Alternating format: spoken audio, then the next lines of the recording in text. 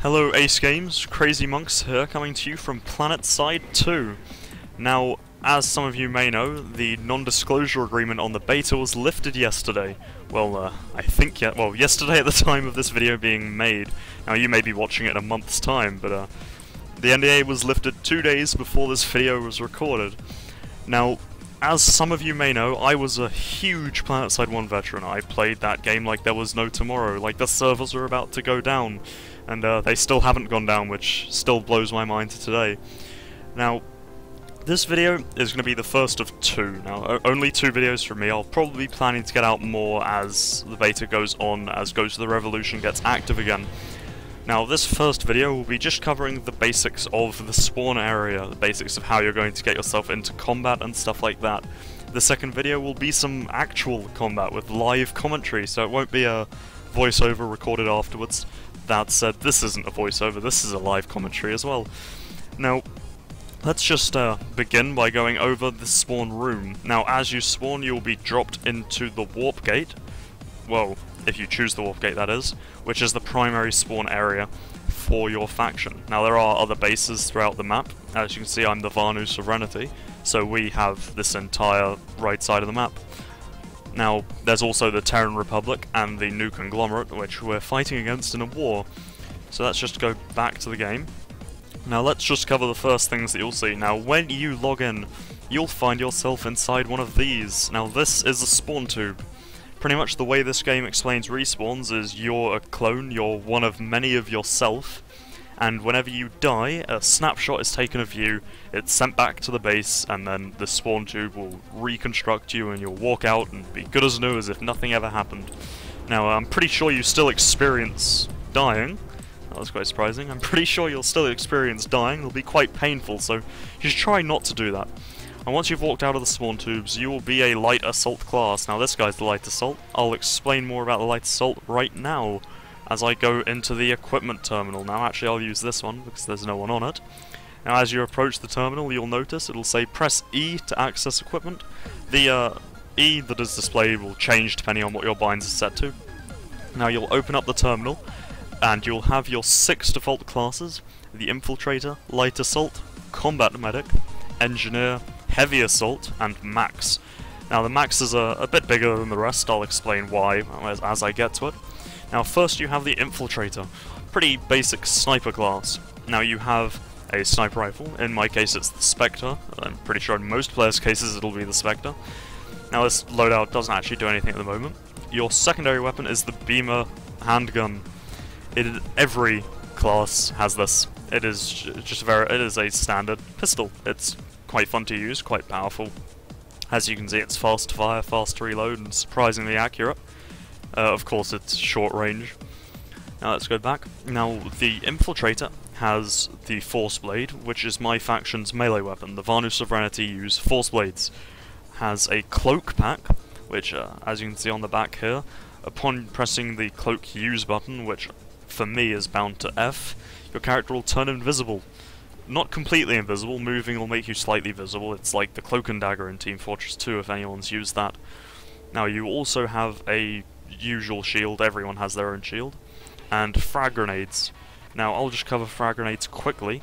Now, these aren't standard, to say the least. You need to resupply frag grenades by spending your resources. Now, it costs 30 of, I've forgotten the name of that particular resource, to get 1 grenade, and that grenade can be equipped to any of your classes. Now, as you can see, it's quite buggy at the moment, I can't actually equip the grenade. There we go, I've just equipped the grenade onto my Infiltrator class. Now let's continue down the line. Now you have the Light Assault with his Pulsar Compact Assault Rifle. It's pretty much a lightweight version of the Pulsar Assault Rifle. It's slightly smaller, gives you more mobility, it's a bit faster to scope it and stuff like that. You have the Beamer Pistol, the Force Blade, and instead of a Cloak Pack, you have Jump Jets. Now, as you can see on the back here, a jetpack. It'll give you pretty much improved and severely increased mobility, being able to get a massive advantage by getting on those roofs, climbing spires, giving yourself, the high ground. Now let's move on to Combat Medic. Now, Combat Medic has the Pulsar light machine gun, which is pretty much the same as the Pulsar Compact, but, you know, it's not compact. 100, it carries, I believe, 100 bullets, and has 200 on the side if you need to reload. You have your beamer, and the medical applicator. Now, anyone who's played Team Fortress 2 will quite easily be able to get the hang of this. You point at somebody, and you click, and then you start healing them. You will actually get points for healing somebody, so, you know, as a medic, your primary job will be to keep everyone at full health, and anyone who's tanking a lot of damage, keep them healed. Let's go back. Now, you know, you have your Force Blade, your shields, and a nano regen device.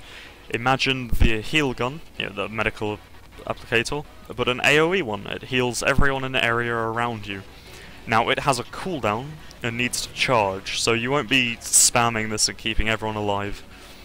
And so, you know, use it wisely. Now, let's move on to the engineer. Now you have the Pulsar Compact once again, the handgun, and a nano armor kit, same as the healing gun, but it repairs vehicles. You know, you can repair a tank with this, you can also repair a max unit, I'll cover them when I get to them, and I'm pretty sure you can also repair base turrets. Now you also have, you know, the grenades and an ammunition package. You pretty much place this down, anyone who walks over it will be resupplied with a small amount of ammo, but the longer they stand on it, the more ammo they'll regen. Or should I say resupply. Now let's move to Heavy Assault. Now Heavy Assault has the Orion light machine gun. Bigger than the Pulsar, fires faster, packs one hell of a punch. You have the Beamer, the S1 rocket launcher, which is a non-lock-on, pretty much ground-to-ground rocket launcher. You have your Force Blade, and you have the Nanite Mesh Generator, which pretty much doubles your armor. Now you want to use that before you lose your armor, because you know, you have 2 health bars, armor and health. You want to use the Nanite Mesh Generator before you lose your armor, otherwise it's useless. Now you also have your shield and your grenades. Now as you can see on my Orion, there are 4 little boxes here. Now if I open it up and click Customize, I can actually equip parts that I've purchased for my gun. Now I have some optics, as you can see on the top, which is pretty much a holographic sight, and literally it's holographic, there's nothing around it. And a laser dot and a suppressor is the 2 utility items I purchased. Now the laser dot pretty much means my hip shooting and, well, my hip and scope shooting is more accurate, and the silencer is, of course, a silencer. Now it does look kind of silly on the front. I personally don't like to use it, so let's just equip my... Oh, I like to use it for efficiency, but I'd much rather be using a laser dot and enjoying the wonderful sound of a light machine gun. Now let's just go back. Now, as you see, the laser is slightly glitchy at the moment, still a beta. Now let's go on to the Max unit. Now the Max is huge, to be perfectly honest, compared to a normal soldier. Now the Max has 4 default weapons: the Flamethrower, Comet, Burster, and Quasar. The Flamethrower is a short-range flamethrower. I'm not sure what I can say there. If you don't know what a flamethrower is, just search what fire is, and then think throwing fire. So now you have the Comet, which is a small, like heavy, long-range grenade launcher. It's a bit like a rocket launcher, but there's a lot of fall-off. Then you have the Burster, which is a anti-air flat cannon. And, well, you can equip 2 of these, point up, and shoot down any aircraft. They're a bit useless against infantry. I guess they could be used. They had a phase right at the start of the beta where it was the best weapon. And then you have the Quasar, which is pretty much a small machine gun. Not very fast firing, although it does pack one hell of a punch. Now the Quasar is anti-infantry, so that's quite easy to work out. So let's go back. Now the Max doesn't use health. It actually uses armor. It's like a small personal tank. So you'll need an engineer if you want to repair yourself if you take damage. A medic is completely useless to you.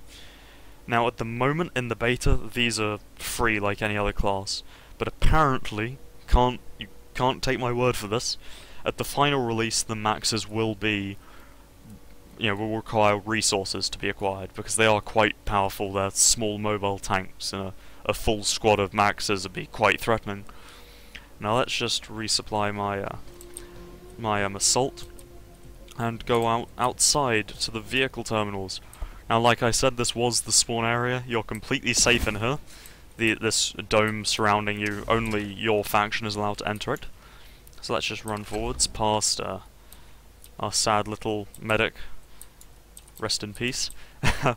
Now, on the left, on the left of this area, and on the right, although if you ask me, I tend to go to the left side, you have the Galaxy terminal, which will let you spawn a Galaxy gunship.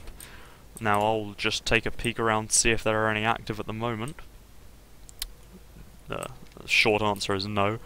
The Galaxy is a extremely large troop transport. It is a 12-slot troop transport with a lot of health. It's surprisingly fast, and when it's landed and deployed, it doubles as a spawn point. So, if you land, you could go in with a squad of 12 people, land and get yourselves organised, and then have reinforcements spawn in right on top of you. So you acquire the Galaxy from this terminal here. Then you have the ground terminal, which from this terminal you can acquire your ground vehicles. Now, as you can see, we have the Flash, which is one of the fastest ground vehicles in the game. It's pretty much an ATV. It's a one-man vehicle. The Sunderer, which, as some people on Planetside 1 used to call them, is a gun bus, which is pretty much a ground transport with big guns on the top. In the Planetside 1 it had 4, in Planetside 2 it only has 2 guns. Quite disappointing. Now let's go on to the Lightning. Lightning is a extremely fast-moving and surprisingly fast-firing tank.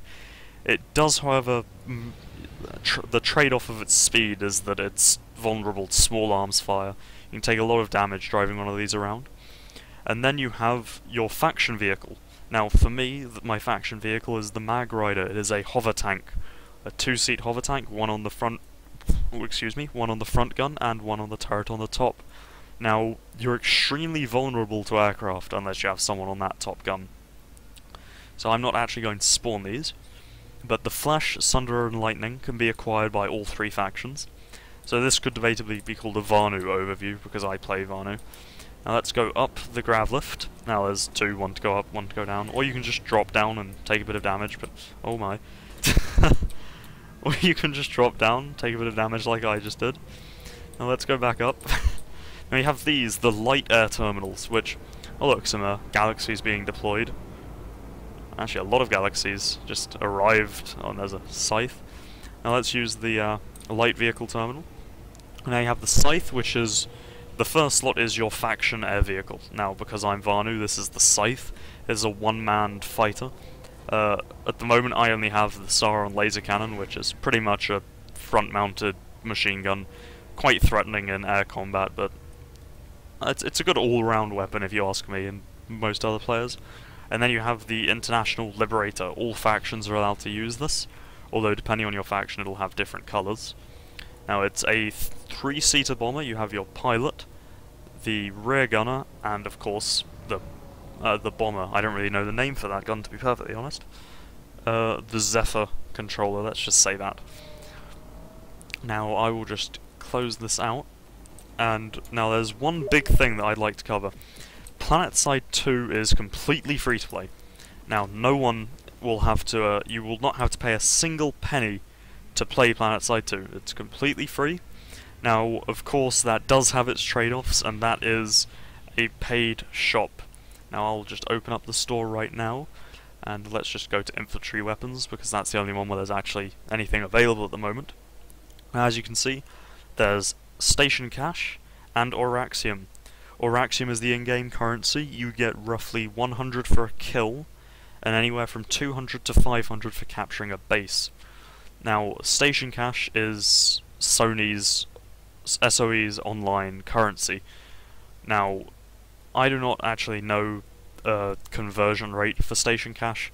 I think you could safely assume you're looking at roughly $20 or £25 or $20 or £15 for 2,000 Station Cash. Now, at the moment, there's no pricing on any of the items, so you can't really use that for much reference. But because it's free to play, you have an in-game store. Everything is obtainable for the in-game currency. Now, at the moment everything's unavailable, full stop, but everything can be bought for Auraxium, but you can obtain it a little faster with Station Cash, except for customizations. Now this is cosmetics, nothing but cosmetic items in here. You know, camouflage, different decals for your vehicles, quite simple. Camouflage for different items, you know, Flash, Sundra. Now, I don't really need to explain that. I think if you just look at the pictures, it'll make enough sense. Now you have one other quite important thing, which are implants. Now, anyone who played League of Legends will know what runes are. Well, imagine runes, but on a limited cooldown. Anyone who doesn't play League of Legends, I'll just explain it. They're temporary boosts to your account, although in League of Legends they're permanent. In this, they're only temporary. Now you have the Dexterity Amplifier, for example. Reload all infantry weapons faster for 24 hours, and it costs 25 Auraxium. Heading for target support, leaving in 45 seconds. Now that is actually a player at the moment getting ready to move out, so let's just wish them luck on their adventure. Now you've got these and they last 24 hours, and usually if you benefit from it, you'll be able to make a profit on what you've bought. So also you can convert your Auraxium into resources if you need to obtain a vehicle quickly or resupply or unlock something. Now there's one thing that I missed, which is certifications. 15 seconds. You earn certification points just by playing the game. They're generated over time, and you can use them to upgrade specific items on your classes or your vehicles. Now as you see here, I've opened my heavy assault. Now I'll go to my assault rifle. Also the asshole that keeps wasting my precious ammo in my Galaxy, stop shooting. Now I'll scroll down, and I'll have my optics down here. Now these are upgrades. Now, you know, as you can see, I've got barrel attachments. All of this stuff is unavailable at the moment, so I'll just leave that. Now you have optics, scopes, well, they are optics, rail attachments, and now, well, that's all that's available at the moment. So for 5 certification points, I can buy a reflex sight. For 10, I can buy a 3.4 times scope. Now at the moment, I have a 2 times reflex sight. So I will buy a 3.4 times scope, because actually this will be quite useful to me if I'm shooting from a cliff edge or a ridge or something like that. Now that's, as you can see, dropped my certification points. So let's quickly go and resupply, just so that I can show you this. Now as you can see, I'll use this as a good marker. As you can see, that dot right in front of me, it looks like a control panel inside the room. As you can see, it's, you know, it's pretty far away. I can zoom in at it, get a good eye on it. Now let's resupply and equip that new scope that I bought. So let's go customize, optics, and the 3.4 times scope. As you can see, it's sitting there on top of the gun, looks a lot different. It's actually quite a nice looking scope if you'll ask me. Probably look better on a different gun though. Now let's zoom in. Now, as you can see, we can actually see that that is a control panel in that room. So, you know, and to earn these points to buy this, you just need to play. And you don't even need to be online to earn them. If you set off a chain, which is generate enough Auraxium to start earning the points naturally, you can actually log out, and they will generate over time. Now that's all I can really cover in the spawn. I don't think I can cover anything else. I do have one thing to say, which is... oh god, I've just been shot. Let's just hide. I do have one thing to say. And that is, what is that sound? Well, that's quite irritating. Hang on. Here's a suggestion. I'll mute the sound for this last bit. Now, one person has just said to me that when is this game being released? We don't have a date, but we do know that every 2 weeks they're sending out beta keys. So if you want to try and get into the beta, in the description I'll put a link to the website, and you can just, you know, subscribe for, or apply for the beta there. Now, I guess that's all from me.